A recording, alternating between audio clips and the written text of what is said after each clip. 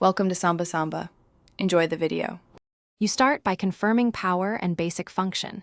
If the scale is dead, replace both batteries or connect USB, because weak voltage causes erratic readings.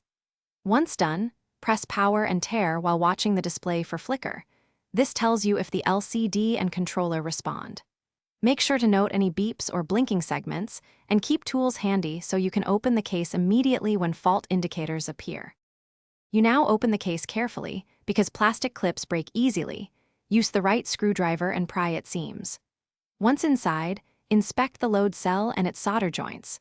A cracked joint or loose connector often causes instability, so reflow any suspect solder.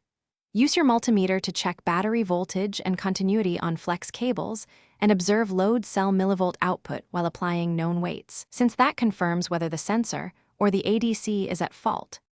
You should resolder cold or cracked joints and secure connectors, because poor contact is a common failure mode. If the load cell reads 0 even when loaded, replace it. Once repaired, clean contacts with isopropyl alcohol, reassemble, and power up to run the calibration routine using known weights so the ADC and firmware align.